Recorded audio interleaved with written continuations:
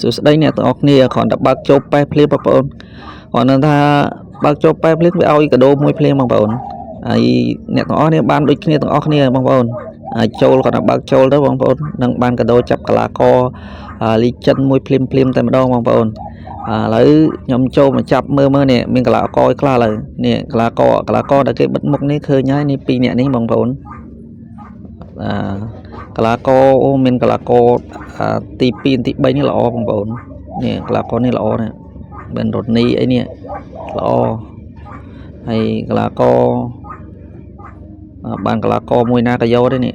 ហើយខ្ញុំថាសកាត់អ៊ីភិកទាំងអស់ហើយបងប្អូនតែបើចិត្តខ្ញុំចង់បានតែ2ខាងទី1ទី2នេះកលាករបែនរ៉ូនីអីនេះល្អបងប្អូនចង់បានកលាករហ្នឹងអញ្ចឹងណាចាប់មើលខ្លះសំណាងតែមិនដឹងថាបានខាងណាទេបានកលាករអីទេខ្ញុំថាចុចយកចឹងក្លុកយកខ្លះចូលកលាករខាងលើ2ហ្នឹងបែនរ៉ូនី2 3ចុចយកតែម្ដងចូលអត់វ៉ាវចូលកលាករអីចា